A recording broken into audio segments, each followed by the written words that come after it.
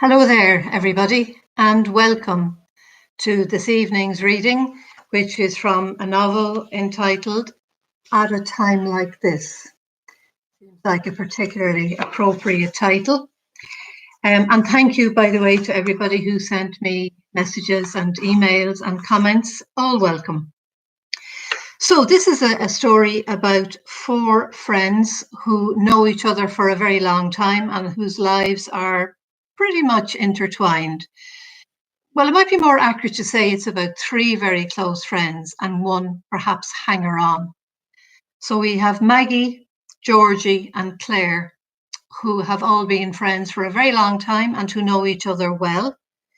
Nora is the fourth member of this group who seemed to muscle her way in at one stage when the others weren't really looking. So at this particular stage, when the novel opens, it's the prologue, which is told in the voice of Maggie. And big changes have come about in Maggie's life. And she talks us through some of them before the action of the novel begins. So I will start with Maggie, the prologue. So this is how it happened. It's Friday morning, 5 o'clock. I'm standing in the porch, suitcase at my feet. Cold air radiates from the glass doors and crawls beneath my clothes, but I haven't time to go back inside and get a coat. I can already see the taxi as it swings around the corner and then slows almost at once. I watch its measured approach, see it climb the ramp and then descend, headlights glaring up and down like semaphore. I step outside at once. I decide to carry the Samsonite. Its wheels make too much noise on gravel this early in the morning. By the time I reach the gate, the driver has already leapt out and has the boot open. "Morning," he says, reaching for my case. "That all the luggage?" I nod. "Yes," I say, "that's all there is." He heaves it into the boot and slams the lid shut. I don't wait for him to open the passenger door for me. Quickly, I slide into the back seat, tugging at the seatbelt until it releases. When I glance out of the window, I catch sight of Raffles picking his way across the frosty glass. Each delicate paw is placed only after great deliberation. Raffles doesn't trust the cold. For a moment, I imagine I can hear the tinkling of the bell that hangs from his collar, but of course that's nonsense. Carla's bird warner.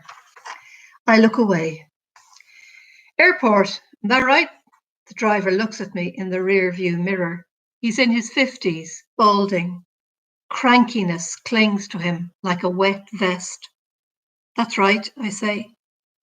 The interior of the taxi smells of pine air freshener, sad upholstery, and stale perspiration. The driver turns up the radio to listen to the weather forecast. And little change expected for the capital city this morning. Rain and sleet until early afternoon, temperatures reaching a high of 3 degrees Celsius. Driving conditions treacherous. I can see that the sky is now a dirty orange. The Atlantic cold front already stomping its way towards us across the Midlands.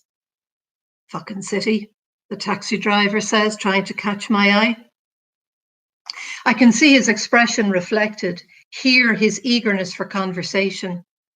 I peer instead into my handbag, busy, distracted, in search of something urgent. "It'll be gridlock now within the hour." He keeps talking anyway, his tone one of satisfied disgruntlement. He shifts in his seat and runs one hand through what's left of his hair.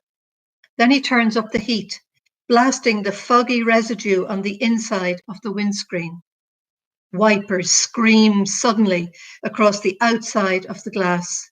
My stomach shifts towards nausea. "Don't know why people in this country can't drive in the rain," he says, shaking his head. "We get enough of the fucking stuff." He turns left then, onto the main road, and swerves immediately into the outer lane. Horns blare behind us and beside us, a cacophony of early dawn road rage. See what I mean? I don't answer. I don't want to be a memorable passenger, one too easily distinguished from all the others he'll meet today. As it is, I am his first fare, and that is bad enough. I keep my mouth shut. Going anywhere nice? He asks after a polite interval. I lower my head. Funeral, I say. Ah, sorry, Mrs. And that's that. I shall not miss Dublin, of that I am certain. But there are some things I will miss, some people. Maggie, for example. Well, perhaps my other friends too, but Maggie most of all. She and I go back the furthest. I won't be with her this evening, won't be there to share in the festivities. Nevertheless, I can still predict how it will all go. It's Claire's turn to be the hostess. At about 8 o'clock, she will take the first bottle of Prosecco out of the fridge. She'll stand it in the functional but elegant ice bucket that she once brought back from Copenhagen. She'll drape a white linen napkin about its neck. All her movements will be graceful, unhurried. Then she'll probably enlist Maggie's help to check the 4 place settings, making minute changes to the position of the cutlery or the wine glasses or the angle of the flower arrangements, just as I've seen her do on countless occasions over the past 25 years. A special night, a night of celebration, she'd said, one to mark all our years of friendship. A silver anniversary of girlhood.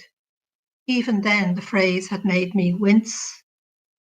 You're all excited by the idea, aren't you? I asked her on the evening she handed each of us an embossed envelope. Excuse me. Style was a matter of honour with Claire. The invitations were on handmade paper, the black letters glossy as Chinese lacquer. Her smile was broad, her eyes sparkled with mischief. But some instinct drove me to burst her bubble. Do the 4 of us really need to be reminded about how old we're getting? Maggie shot me a warning glance then.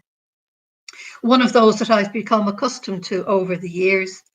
But I'd no intention of taking back what I had just said. I had no intention of softening it either. Maggie knew when to give up. She'd learned way back how to recognise when such efforts were useless. Claire's colour heightened at my jibe and she tilted her head to one side. I thought she looked at me a little coyly. Don't be mean, Georgie, she murmured and changed the subject. I suppose it was mean of me, but by that stage I'd already withdrawn in all the ways that counted from my friends, my family, and the way they lived their lives, from the way we'd all lived our lives. 25 years is a long time, long enough for some things to change, and too long for so much else to stay the same. I've been thinking a lot, particularly over the last few weeks, about what friendship is and what it means to me now, what it has meant to me over the years. I can still remember the night we made our pact, a bit like the 3 Musketeers, but there were 4 of us. One for all for one, our motto until things fragmented. Well, nothing lasts forever. It happened shortly after the birth of Nora's eldest son, Robbie. Maggie and I were sitting together on the overstuffed, buttoned leather sofa. Nora was upright in the armchair, holding court. Claire was in her favourite place on the floor, her arms wrapped around her knees. Her red hair was backlit to perfection by the faux Tiffany lamp on the nest of tables behind her. She looked glorious, like one of Titian's saints about to be assumed into somewhere a lot more interesting than Nora's suburban living room. Why don't we make a pact, Nora was saying, nursing her 1 glass of wine of the evening. What sort of pact? Claire asked drowsily, tipping her head sideways to see Nora better. The glow from behind sharpened her cheekbones, made her eyes luminous.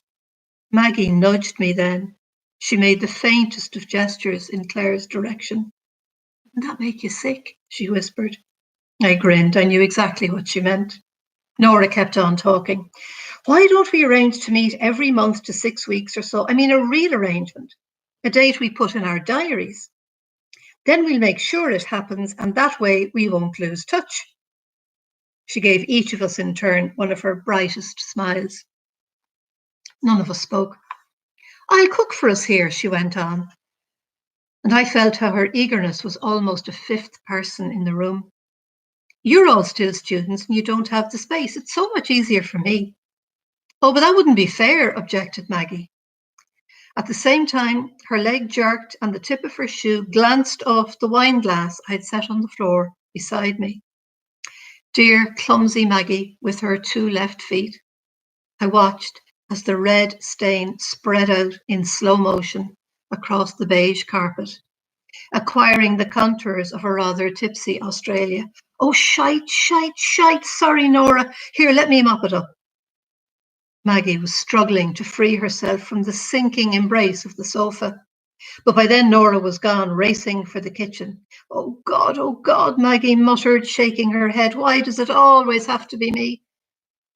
Nora was by now on her knees, the kitchen roll in one hand, the drum of sacks of salt in the other, holding them like 6 guns.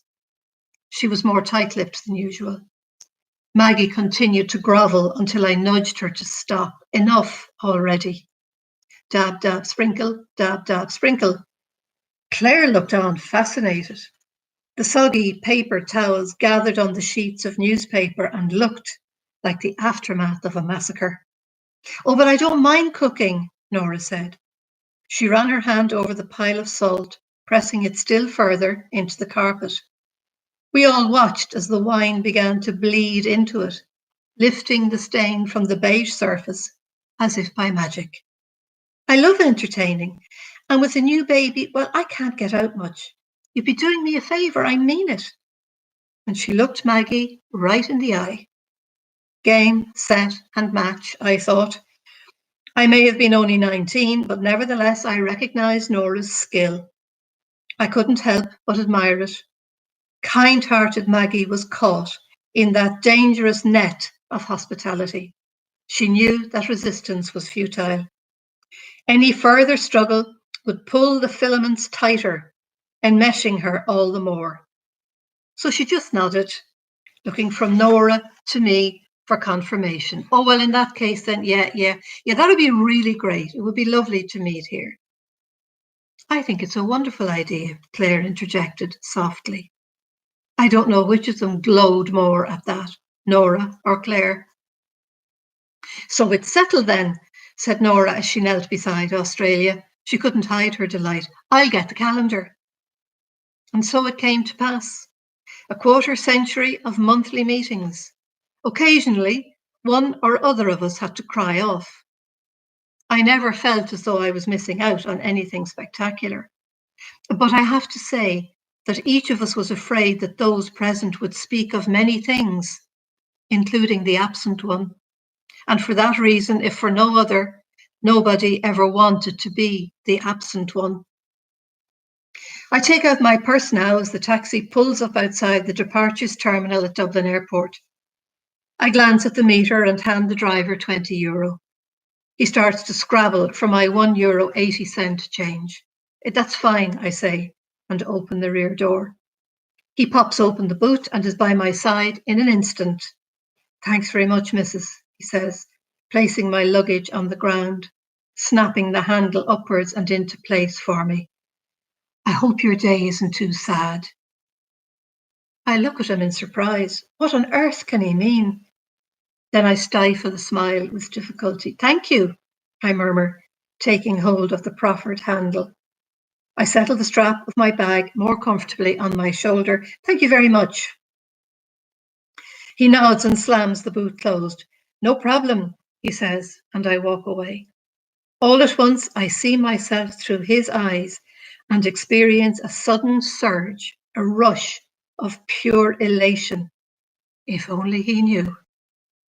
I approach the check-in desk. There is no queue. I hand my passport and ticket to the smiling young woman who asks me all the usual questions about sharp objects, bombs, dangerous weapons. Is Frankfurt your final destination? She asks. I shake my head. Florence, I say. Would you like me to send your bag straight through? No, thank you. I realise my tone is firmer than I intended. In the recent past, I've had far too much experience of lost baggage. I'll collect it in Frankfurt just in case. I've lots of time between flights. I don't want to arrive to where I'm going unprepared. Not on this occasion. I don't want to be caught without all the things that make a woman's life civilized.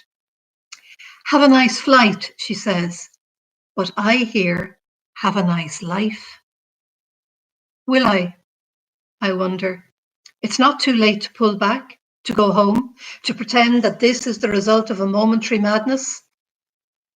It's strange, this sudden tension I feel between wanting and not wanting. I feel the pull of old intimacies, followed almost at once by the push of alienation. I think about tonight at Claire's with Maggie and Nora. Of course I won't be with them. I have chosen not to be with them. But I'd love to be there, nevertheless, a presence, a shimmery ghost, sliding in and out among the chairs, finally settling at the one empty place, listening. So, I can see the contours of their evening spread out before me already, like a well-worn pattern, undemanding, easy to follow. I might need to make the occasional nip here, a cautionary tuck there, but by and large, I have the evening's measure. Of course, I do accept that I shall never really know. Instead, I'll have to be content with imagining. And I shall miss that knowing, miss those comfortable, predictable endings. I'll raise my glass to them all this evening and take great pleasure in this, our final gathering. I buy a newspaper, coffee. I settle into the traveller's sport of waiting. Georgie, Porgy, pudding and pie, kissed the boys and made them cry. Well, let's see who's crying now. Thank you very much, and I hope to see you all again on Thursday. Same time, same channel, with many thanks to the holding cell. In the meantime, stay well, stay safe, and stay home. Bye for now.